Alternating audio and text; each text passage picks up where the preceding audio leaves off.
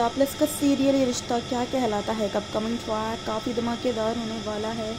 जी हाँ दोस्तों, शो में आप देखेंगे कि यहाँ पे अरमान गीतांजलि के साथ मंदिर जाएगा और भगवान से प्रार्थना करेगा कि उसकी बेटी मायरा मिल जाए। ऐसे में आप देखेंगे कि भगवान उसकी सुन लेंगे और मायरा उसके सामने खेलती हुई नजर आएगी। जहाँ पे जैसे ही अरमान अपनी बेटी मायरा के पास जाने वाला होता है तो ऐसे में देखता है कि पीछे से अबीरा आ रही है, जिसने मायरा को गोदी में उठा लिया है, उसके साथ खेल रही है।